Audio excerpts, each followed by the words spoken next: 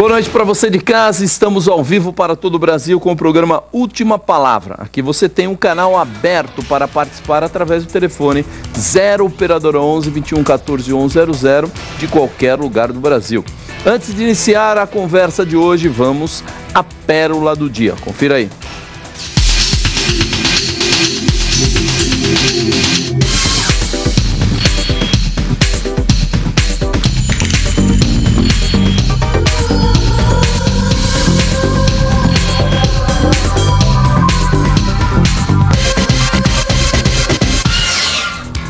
No programa de hoje vamos tratar das dificuldades de falar em público. Falar em público é uma das atribuições mais importantes de todo profissional, seja para apresentar um projeto, vender uma ideia ou até mesmo participar de uma reunião. Mas ainda é uma tarefa que inspira medo e pode ser decisiva para o sucesso de muitas pessoas. O medo de falar em público, esse grande vilão, não está presente somente na vida dos brasileiros, pois 41%, olha bem, 41% dos americanos têm pavor de pensar em qualquer tipo de exposição e ainda são considerados menos dramáticos que os australianos, que preferem a morte a terem que falar em público. Para falar sobre o assunto, eu recebo aqui no estúdio Emílio Gama, que é ator, palestrante e professor da Academia do Palestrante. Boa noite, Emílio, seja bem-vindo. O prazer é todo meu. Bom, nós estamos falando em off aqui, né, sobre o início da sua carreira. Eu gostaria que você colocasse para os nossos telespectadores como tudo começou, como é que você, né, descobriu, vamos dizer assim, que você poderia atuar nessa área? Olha, primeiro foi através do teatro. Correto. Eu já trabalho com teatro desde os 17 anos, eu estou hoje com 44, então já vai aí uma boa estrada. E eu sempre trabalhei com teatro até que em 91, por aí, eu fui chamado para participar de um projeto em empresas, onde o meu trabalho era interagir com um palestrante através de um espetáculo que eu dirigi. E durante essa interação, o palestrante fazia os comentários e era apresentada uma cena feita especialmente para aquele tema. Bom, aí aconteceu que um belo dia, esse palestrante que era do Rio de Janeiro, acho que da cidade de Campos, correto, ele sempre vinha para fazer o trabalho, combinava com antecedência, eu estava com o elenco lá na empresa, era por volta de umas 10h30 da manhã e nada dele chegar, ele tinha que ter chegado por volta das 9h. E aí o cliente virou e falou, olha, a turma já está vindo assistir e ou você entra e faz ou eu cancelo a atividade. Você imagina a minha situação, com o elenco contratado, todo mundo, só que eu tinha uma vantagem. Eu já tinha feito todo o roteiro, eu tinha dirigido o espetáculo, então tudo isso favorecia que eu, na hora, pudesse ser a pessoa mais recomendada, né, que eu fosse a pessoa mais recomendada para falar daquele assunto. E eu, como eu já havia também assistido algumas palestras, eu tinha um pouco uma ideia do estilo de como era aquele tipo de apresentação. E na hora eu subi no palco e comecei. Só que quem tem alguma experiência com teatro sabe que a pior coisa é você fazer um trabalho assim copiando alguém. Certo. E na hora, por intuição e também por um pouco de conhecimento técnico, claro, eu comecei a improvisar um pouco. O palestrante chegou no meio da minha apresentação, eu fiz um sinal se ele queria entrar, ele falou, não, toca adiante. E eu fui até o fim, interagindo com as cenas. Quando acabou, ele falou, olha, gostei muito e a verdade é que eu quase não consigo chegar, estou com um problema sério de doença e tal. Eu quero alguém para me representar em São Paulo. Então eu vou te dar algumas dicas, porque hoje à tarde a gente tem uma apresentação e você vai fazer novamente. E foi assim. É claro que depois ele fez todo um trabalho comigo que me ajudou muito. Ele começou, me obrigou a ler tudo quanto foi pré-socrático, mas eu já tinha todo um trabalho também por causa da dramaturgia, eu já tinha uma boa base filosófica. E aí foi muito interessante, porque ele me fez entender muito a poética do Aristóteles. Então ele não começou a trabalhar comigo com livros de moderna comunicação, com algumas receitas de se falar em público. Não, ele me fez entender um pouco do que era o pensamento dialético, como é que você trabalha com conflitos, e tudo isso me fez avançar rápido, porque em 92 eu fui chamado para fazer um trabalho, eu arrisquei o primeiro curso e tive uma ótima recepção. E daí para frente tem sido um bom trabalho com ótimo retorno dos clientes. Agora, nesse tempo todo, Emílio, eu pergunto para você, por que as pessoas têm tanto... Olha, eu tenho uma coisa muito interessante. Eu comecei em 93 a atuar de uma maneira bem intensa como professor de oratória e técnicas para falar em público, tanto em empresa como algumas instituições que me contrataram. Correto.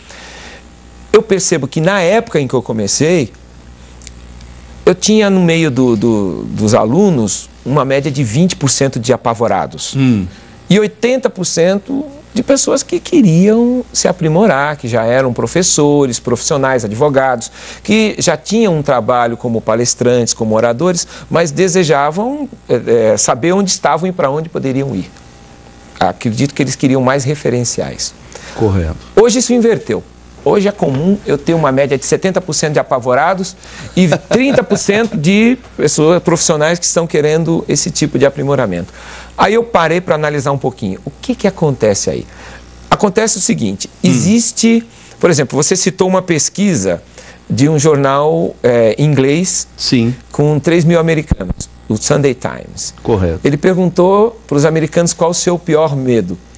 42% falou que o seu pior medo era de falar em público, 12%, 11% de doenças crônicas ou de morrer.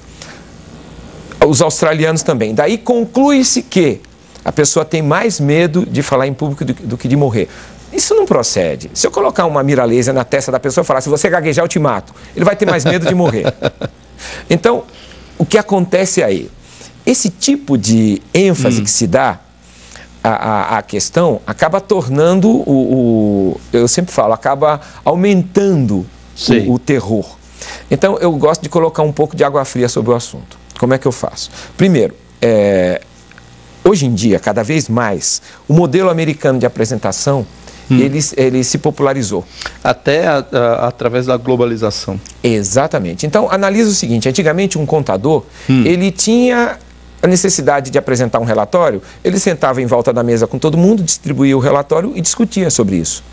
Hoje em dia, não. Hoje em dia, o modelo exige que ele vá lá, apresente no PowerPoint gráficos animados, com algum efeito, que ele faça algum comentário, fazendo relação entre aquela situação com a realidade mais prática. Isso eu acho muito positivo, porque isso torna a pessoa, isso exige mais do profissional. Isso torna o profissional mais competente, exige que ele desenvolva novas competências. Então eu acho que isso é muito em função da época. O que eu não concordo é se colocar a coisa como medo. O meu trabalho é o contrário, o meu trabalho é justamente desmistificar. Correto. É derrubar as barreiras, é mostrar que não é nenhum bicho de 7 cabeças. E que técnica específica você usa para essas pessoas que chegam apavoradas? Vamos usar o lado crítico, aquele que chega apavorado, como você bem colocou. Tem alguns que precisam aprimorar, já levam um determinado jeito, mas tem outros que é aquilo, por causa da situação, do emprego, tudo, não tem como fugir. Eu sempre vejo o seguinte, os que já estão bem, que querem aprimoramento, às vezes eu tenho que fazer o contrário, eu tenho que baixar um pouco o ego, dizer, para. Puxa o freio de mão. Puxa o freio de mão até para reconduzir o carro nos trilhos. Certo. Agora, os apavorados, a primeira coisa é desacelerar também, é puxar o freio de mão, mas de uma outra forma. É você colocar para ele que ele tem um conjunto de técnicas, que ele precisa dominar isso com tranquilidade. Nós temos várias questões. Imagina o seguinte, a gagueira. A gagueira, ela preocupa muita gente. Eu sempre chego para os alunos e falo, alguém aqui é gago? Não, eu falei, pronto, já estão na metade do caminho. Porque Demóstenes, o maior orador de Atenas, era gago. Bom, se ele for o maior orador do mundo antigo, você calcula, hoje em dia o pessoal já está com meio caminho andado. Agora, essa questão de você desacelerar é a questão de você raciocinar com tranquilidade. Eu sempre coloco o seguinte, existe aquela pessoa que se preocupa com a velocidade. Ela não quer ser monótona, ela chega falando correndo, eu falo, calma, você está falando correndo no mesmo ritmo, está cansativo. Está parecendo um narrador de corrida de cavalos. Desacelera, escuta a tua respiração, teu ritmo interno, porque você pode falar devagar com ritmo. O que você não pode é falar num ritmo constante, porque isso, não importa em que velocidade você esteja falando, nessa hora você acaba por cansar a sua plateia. Então tem várias técnicas que a gente vai trabalhando nessa hora. Uma delas é essa questão de desacelerar, descobrir que lá na frente o tempo é outro, trabalhar com autocrítica, não com autocensura, trabalhar não com a idealização, não com a expectativa, mas com a criação de possibilidades, porque expectativa vem do latim expectar. Sempre que você cria uma expectativa, sempre que você fica desesperado, esperando que algo aconteça, aquilo não se realiza, você acaba ficando frustrado. Quando você cria uma possibilidade, se aquilo não se concretiza, continua sendo uma possibilidade. Então existe todo um trabalho que a gente fala, você desprograma as pessoas. Eu falo, a gente trabalha um pouco com mexer com os paradigmas, né? Quebrar, mexer com a programação da pessoa. Agora, assim. Emília, muitas pessoas chegam, não é? Com medo, ansiedade, insegurança na hora de que elas têm que abrir a boca, falar, às vezes até dominam um assunto. Exato. Vamos só, porque eu creio assim, a pessoa está lá, estudou, se preparou, mas na hora surge o medo, dor de barriga, a ansiedade, né, o calafrio e tal. Como lidar? Como agir? Porque no final das contas acaba bloqueando até a capacidade, como eu falei, a pessoa chega, né, preparada, devidamente, domina um assunto, mas na hora ela encontra lá o medo, a ansiedade, a insegurança e bloqueou. Nós temos vários tipos de pessoas que, eu sempre falo, depende da maneira como você encara. Não existe uma verdade absoluta nesse caso. Então eu dou sempre um exemplo extremo. Imagina aquele palestrante que ele chega lá na frente e ele pensa o seguinte: olha, diante de uma plateia conhecida, eu deito e rolo. Mas não me põe diante de uma plateia desconhecida, porque eu não sei o que vai vir daquele desconhecido, eu não sei se alguém vai sair falando mal, se alguém vai levantar no meio e jogar um tomate na minha cabeça. Então, já tem um outro que veio da seguinte forma: eu diante de uma plateia conhecida é que eu me borro todo. Por quê? Porque eu não sei o que vai acontecer, as pessoas conhecem as minhas fraquezas.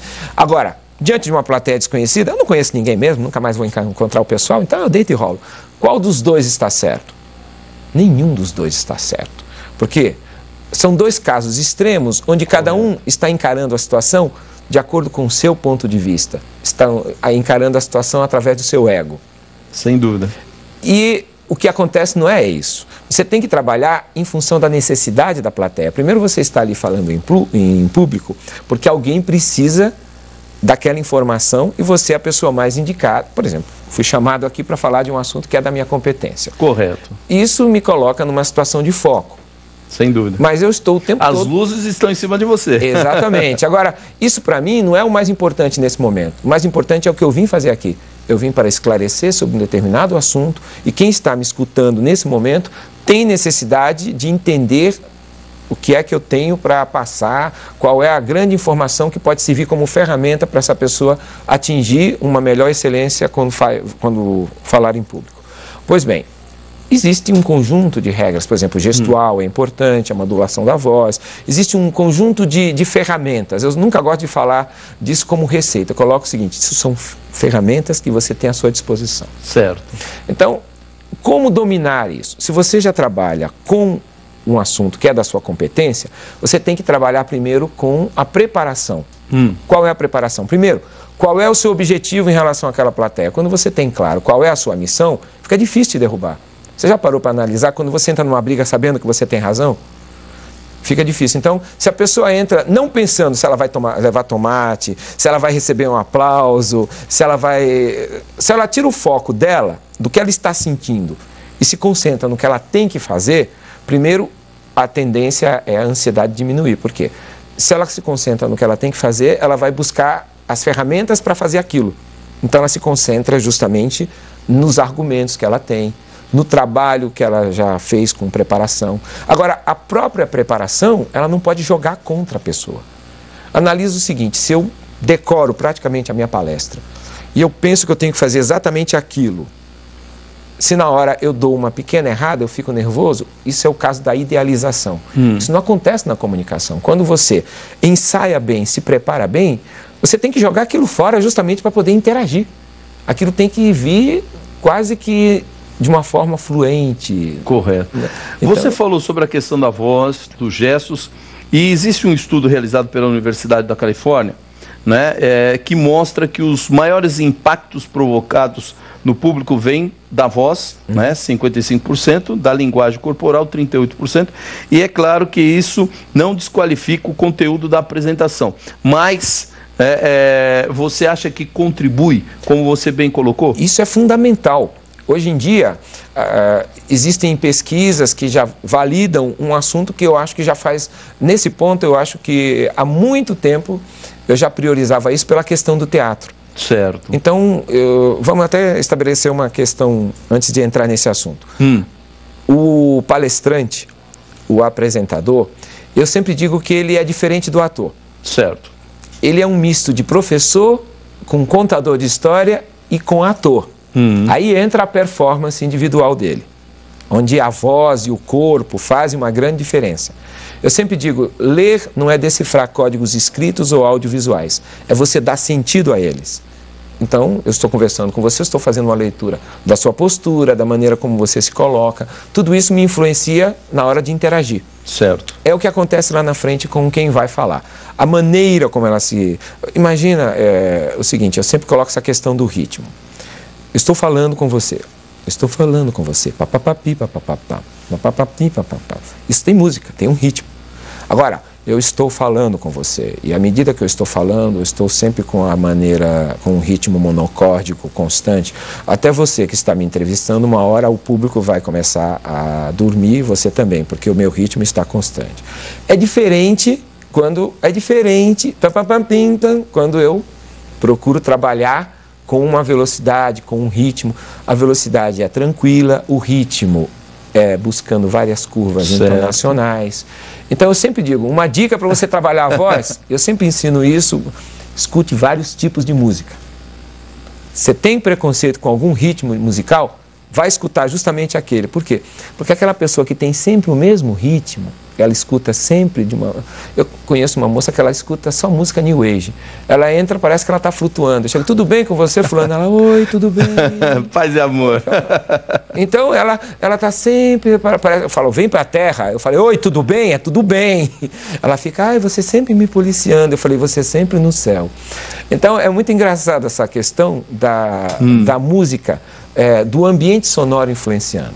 E quem duvida disso, me responda, por que é que você, quando vai numa região onde o sotaque é muito carregado, você costuma voltar falando um pouco do sotaque local? Eu morei 3 anos em Fortaleza, é interessante isso, né? Porque você acaba, inconscientemente, você acaba falando, né? Um pouquinho arrastado, usando alguma gíria, você nem percebe, os outros percebem e você não percebe. Eu nasci no Maranhão, vim para São Paulo com 8 anos de idade. Por conta do meu trabalho com teatro, por conta do meu trabalho com oratória, quando eu estou palestrando, as pessoas não identificam o meu sotaque. O pessoal fala, você tem um sotaque diferente, mais limpo. Eu falo, é um sotaque teatral. Mas no dia a dia, tomando uma cervejinha com os amigos, conversando, a gente vai para onde eu dou uma arrastadinha. Por quê? Porque é comum no dia a dia. Então, é aquela questão da técnica. Até pela questão, né? Você, quando está trabalhando, né, você está compenetrado e até você bloqueia esse lado.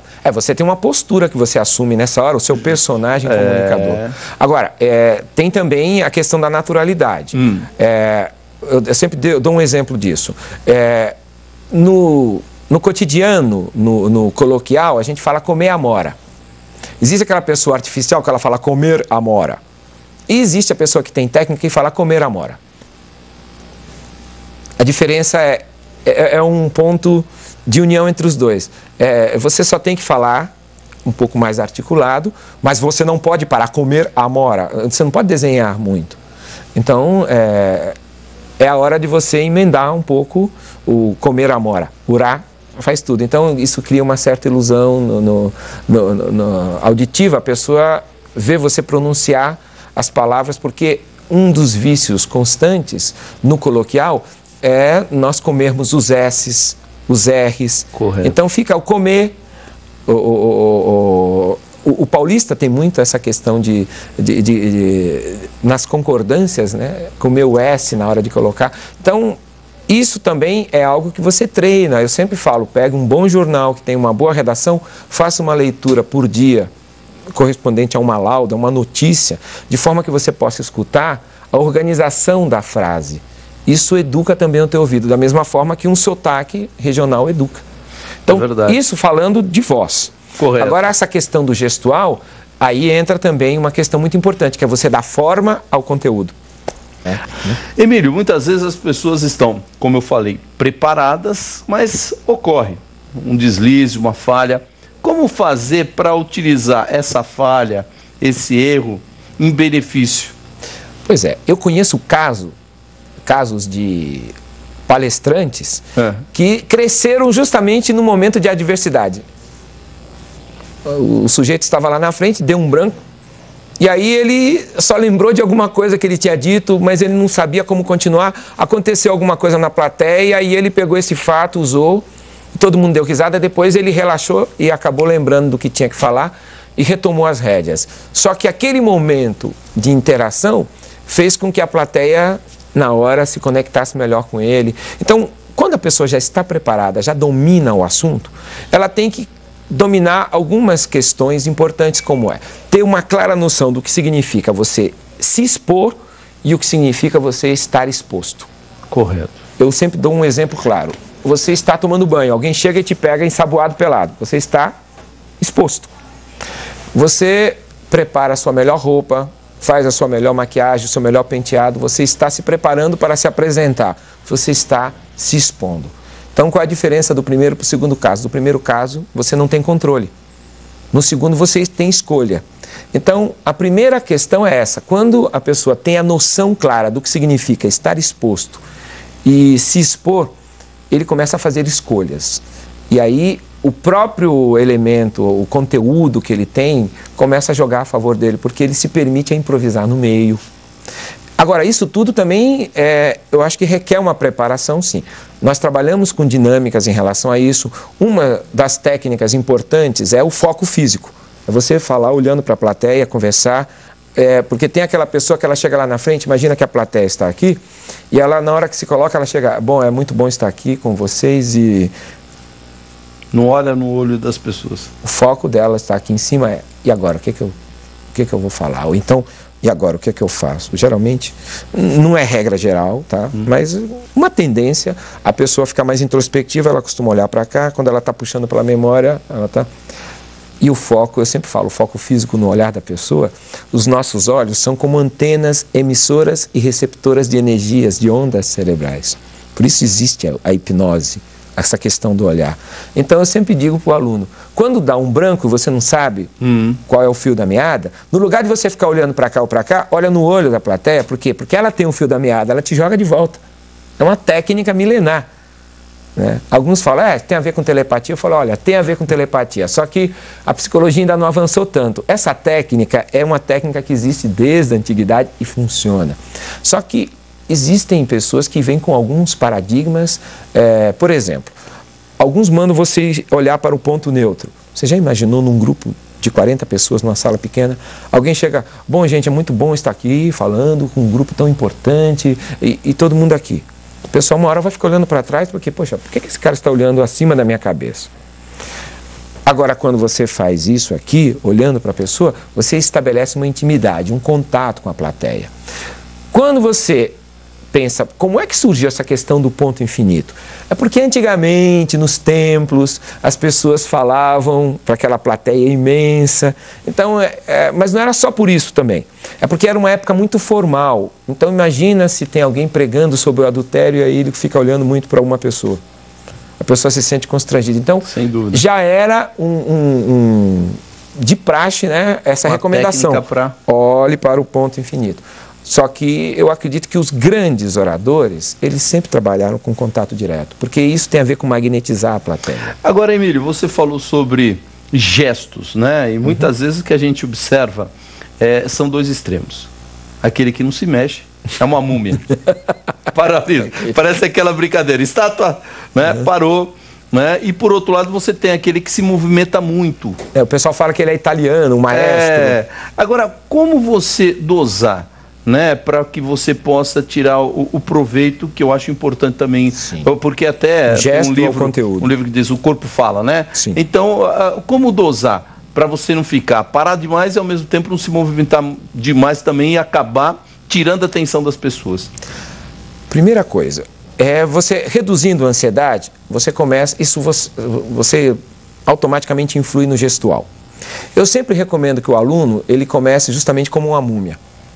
Não mexe nada, mexe aqui, cabeça, olhar, porque aos poucos a tendência é as suas mãos virem em seu auxílio. Então tem aluno que fala, o que eu faço com as minhas mãos? Eu falo, não faça nada, elas não têm culpa desse ser neurótico que você é. Aí o aluno dá risada, relaxa, eu falo, olha, é porque você neurotiza, não é suas mãos, é você. Posso arrancar fora a mão? Não, porque faz parte de você. Então quando você está falando, as suas mãos costumam, o seu inconsciente quer ilustrar melhor e é natural. O grande problema é você começar e soltar o carro na ladeira, você não ter consciência corporal. Então, você tem que desenvolver um estado onde você tem uma harmonia entre concentração e atenção, que são duas coisas totalmente diferentes. Você pode estar concentrado no que está dizendo e totalmente desatento ao que está fazendo e ao que está acontecendo. Então você tem que desenvolver um misto entre a concentração e a atenção. Porque senão você vai fazer gestos obscenos sem perceber. Eu sei do caso de um professor que ele tem um cacuete e ele fica falando o tempo todo, ele fica assim. Todo mundo ri quando assiste a aula dele e ele pensa que está... Pois é. Esse professor, eu fiquei sabendo dele, por quê? Porque existe um local onde eu costumo trabalhar e alguns alunos já tiveram aula com esse professor e quando eu chego nesse capítulo, todo mundo fala dele. Eu já conheço o homem de nome, sem ter tido a oportunidade de conhecê-lo pessoalmente. Agora, Emílio, hoje em dia, século XXI, era da informática, né? Antigamente você tinha lá o quadro de giz, né? Hoje em dia você tem o projetor, hoje em dia você tem a internet, hoje em dia você tem uma série de recursos, né? Como você orienta os alunos com relação a isso? Porque muitas vezes é aquele detalhe, antigamente, como eu falei, você usava a tua voz, alguns gestos e olhe lá, né? Sim. Ou depois veio crescendo, e hoje em dia você tem tanta tecnologia que às vezes até, de uma certa forma, se você não souber usar, acaba atrapalhando. Eu, quando comecei a trabalhar, eu não tinha PowerPoint, eu tinha muitas transparências, uma outra transparência. Depois que eu comecei a trabalhar com PowerPoint, ele é um excelente ponto, um excelente ponto de anotação. Sem dúvida. Mas ele tende a dispersar. O Milor Fernandes, ele tem uma frase muito interessante que eu escutei uma vez, que é o seguinte: ok, uma imagem diz mais do que 1000 palavras, tá bom, me diz isso sem usar palavra nenhuma que eu quero ver. Então, o que eu acho é o seguinte: nós, como civilização, nos apoiamos na tradição oral durante séculos, durante milênios. Se você parar para analisar, as modernas tecnologias da comunicação, rádio, cinema, tudo isso começou da segunda metade do século XIX até agora. Nós vivemos agora um novo paradigma, assim, com a internet, até a maneira das pessoas fazer negócios está mudando com o advento da internet, mas eu ainda sou um romântico nesse sentido. Eu ainda acho que o ser humano é o seu melhor efeito especial. Então, eu sempre coloco para os alunos o seguinte: você quer se virar bem falando em público? Aprenda a colocar um cartãozinho no bolso e coloque todo o seu conteúdo ali através de palavras-chave e coloque aqui. Você pode até ter uma apresentação interessante no seu PowerPoint, mas apagou a luz, manda abrir a janela, acende uma vela e continua. Isso vai fazer a diferença entre você ser um verdadeiro comunicador.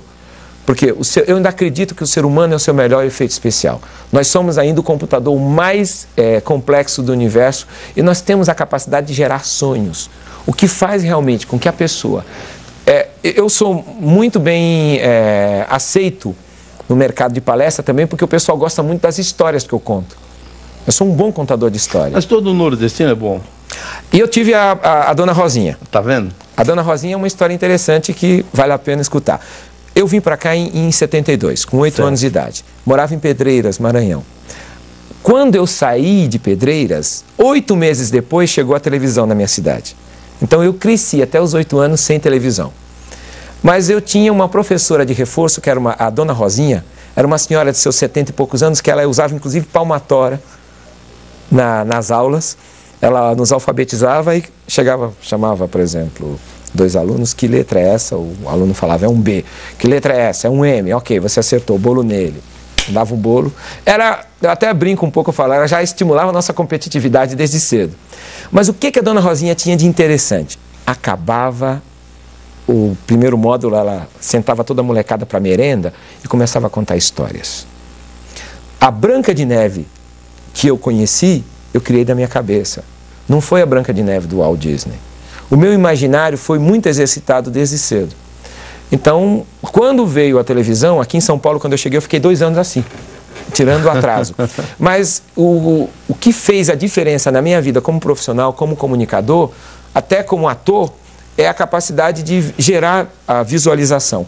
Isso eu procuro trabalhar muito com os alunos. Se você tem dificuldade de contar uma história que você escutou, é porque você tem dificuldade de passar o filminho na cabeça. Então, o que eu recomendo?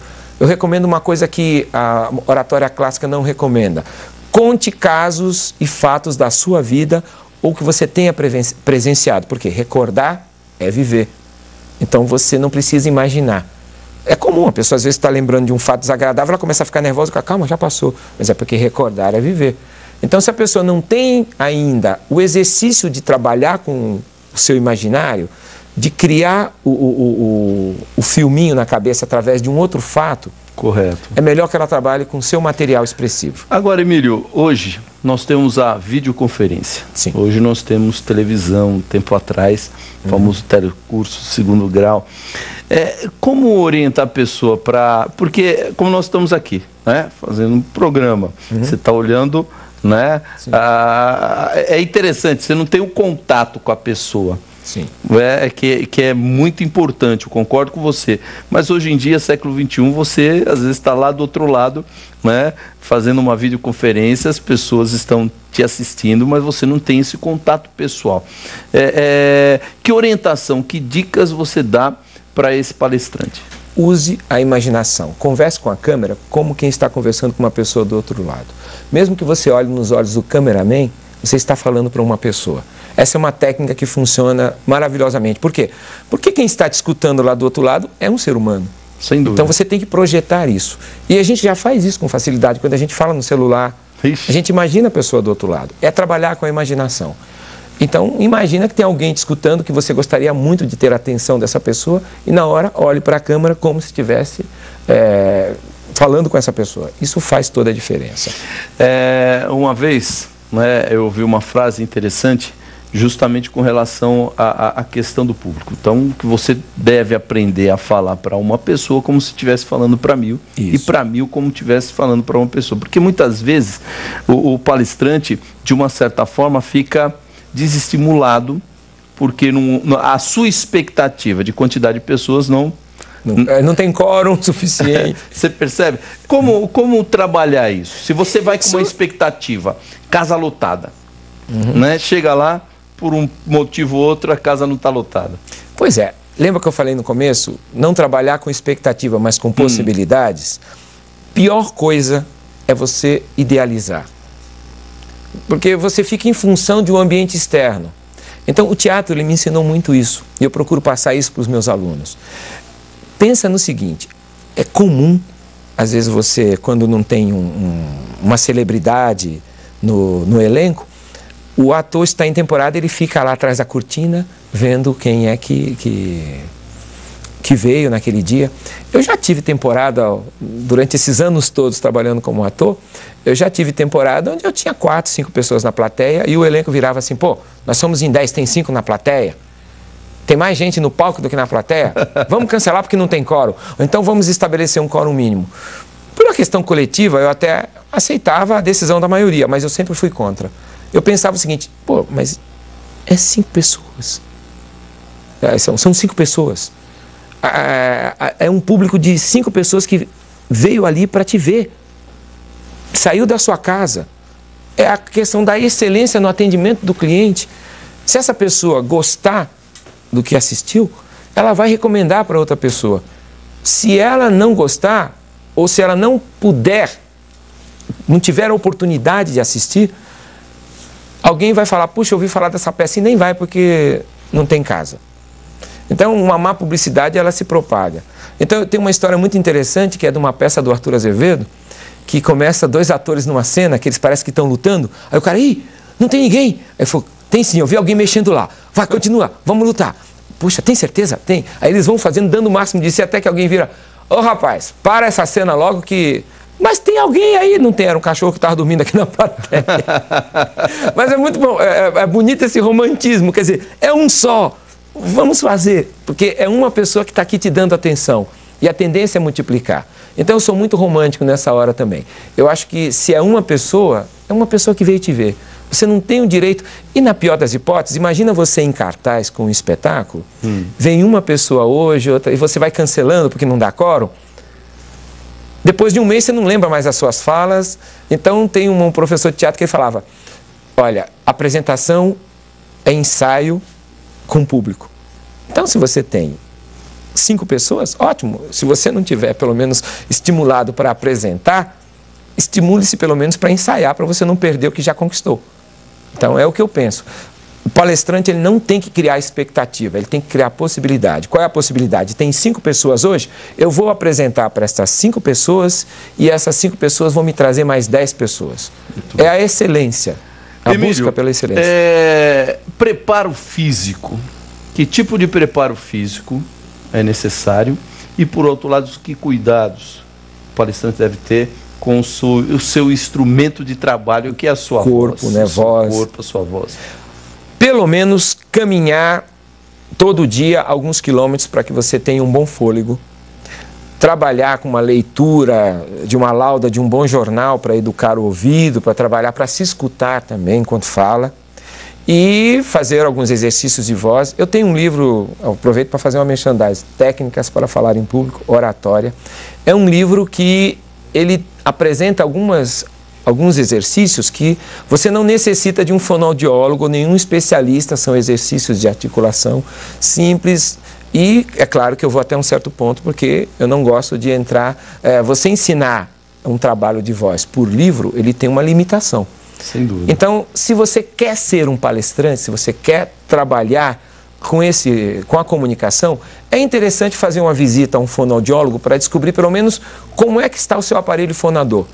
Se você tem algum calo nas cordas vocais, se você joga muito a voz na garganta, ou se você trabalha com a ressonância. Então, acho que tudo isso faz uma diferença, sim. Eu acho que o nosso aparelho merece um carinho e uma atenção.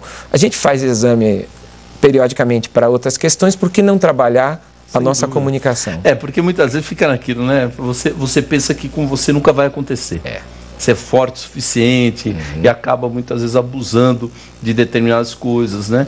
Tem várias dicas que você não pode, por exemplo, gengibre é muito bom se você vai dormir.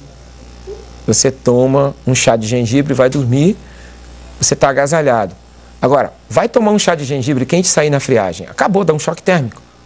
Agora, você vê gente chupando os cristais de gengibre, saindo no vento e dizendo, nossa, minha voz está ótima. Tá nada, está anestesiada. Questão de... Se a pessoa se expõe porque aquece a voz e toma friagem. Então, você tem que tomar alguns cuidados, sim. E com relação a sua indumentária, com relação ao seu traje, como é que você olha? Porque muitas vezes eu vejo muitas vezes as pessoas, né, não se preocuparem com isso, porque acham que não importa. Mas eu vejo do outro lado a importância de você usar tudo que você tem a seu favor, né? Porque dependendo com o que você vai falar, você tem que estar trajado de uma forma, né? Eu sempre digo, o grande contém o pequeno. Venha da melhor maneira que você puder, porque se chegando lá, se você observar que está muito formal, é fácil você tirar a gravata, tirar o paletó, abrir um pouco mais a camisa e, enfim, arregaçar as mangas. Tudo isso pode te deixar um pouco mais despojado. Agora o contrário já é um pouco mais difícil. Você chega aí de camiseta e, caramba, tá todo mundo de paletó, de smoking, agora? Agora você volta para casa. Tem uma historinha que é interessantíssima, que certa vez eu fui num evento e eu cheguei lá, tinha um monte de celebridade e eu estava vestido, eu estava no hotel ali perto, mas eu estava vestido de uma maneira muito informal. Eu falei, eu vou colocar uma roupinha melhor. Aí eu subi até o quarto do hotel, quando eu voltei, todo mundo já tinha ido embora. Eu falei, ué, cadê o povo? O pessoal foi se preparar para a festa, né? Eu falei, mas tem festa hoje? Tem, mas só quem tem convite. Eu falei, puxa, que chato. Estou só com crachá aqui, né, trabalhando no evento. Só que eu já estava bem vestido quando eu saí do hotel do centro de convenções. Um carro que estava trabalhando para o evento, senhora, até o centro? Aí eu olhei e falei, esse cara está me confundindo com algum figurão. Tá bom, vamos. Era um festival de cinema de Gramado. Me colocaram na frente, quebraram o cordão de isolamento. Quando chegou lá, alguém veio e abriu a porta para mim. Eu só tinha duas alternativas. Ou eu ia para trás do cordão de isolamento ou eu entrava no teatro para assistir o festival. E foi muito engraçada essa história, porque eu, na hora, arrisquei. Já cheguei até aqui, entrei. Aí o segurança virou, o seu convite, eu falei, imprensa precisa? Eu estava com crachá de imprensa. Ele falou, não, pode entrar. É porque o crachá dava na época a ilusão de que, porque eu estava trabalhando na organização, que eu também poderia usar aquele crachá e ser da imprensa. Eu sabia que não podia.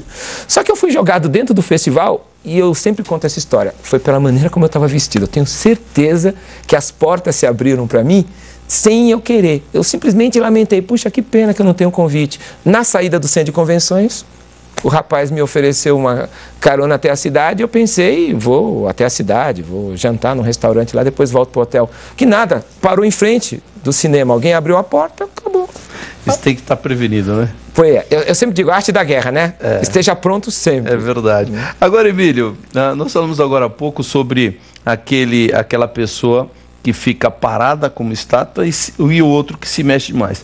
Agora eu quero que você analise aquele que é frio e aquele que é alegre demais, né? Dois extremos. Nenhum dos dois, depende muito também do perfil da plateia. Eu acho o seguinte, se você está fazendo um trabalho pentecostal, onde você quer motivar, cabe você até trabalhar mais essa efusão, ou até trabalhar um pouco o lado histriônico, se você quer contar uma piada e o clima está popular. Se você vai trabalhar com uma plateia muito formal, onde as pessoas estão ali medindo cada centímetro do seu gesto, aí é um outro caso. Então eu acho que o orador, ele tem que ser uma folha em branco para escrever ali tudo que é necessário para que se realize um bom trabalho. Então isso tem a ver com um outro momento que a gente sempre coloca, que é importantíssimo, a preparação. Você vai falar, primeiro, qual é o perfil da plateia? Se você tem uma plateia onde são jovens da periferia que curtem hip hop, ou você tem um grupo de senhoras da terceira idade do Clube Alto de Pinheiros que uma vez por ano vão para a Europa, você não vai usar os mesmos argumentos. O que você vai falar para um grupo você pode falar do mesmo assunto, mas você vai ter que descobrir outras formas de abordar aquilo. E outra coisa importante como eu disse, nunca perder de vista qual é o objetivo que você quer alcançar com aquela plateia, porque daí você reúne os argumentos. Então, você descobrir o perfil da sua plateia faz a grande diferença, até para você perceber qual é a forma de abordar aquilo. É claro que você não vai deixar de ser você mesmo, né? Não é porque você vai falar para um grupo de adolescentes da periferia... Você tem que manter a sua identidade. Exatamente. Se você vai falar para um grupo de adolescentes da periferia que curtem hip hop, você não vai chegar lá, você que está aí me ouvindo, atenção. Não pode ser. Você não pode ser hipócrita. Mas é diferente. Algumas coisas você acaba incorporando. Em algum momento você fala, mano, não é assim que a coisa acontece. Você acaba saindo um pouco da sua zona de conforto e transitando por outras regiões da comunicação que são simpáticas à sua comunicação, à sua forma de se expressar. Correto. Bom, Emílio, o papo está gostoso, mas infelizmente o tempo corre também. E eu gostaria que, nas suas considerações finais, você deixasse aí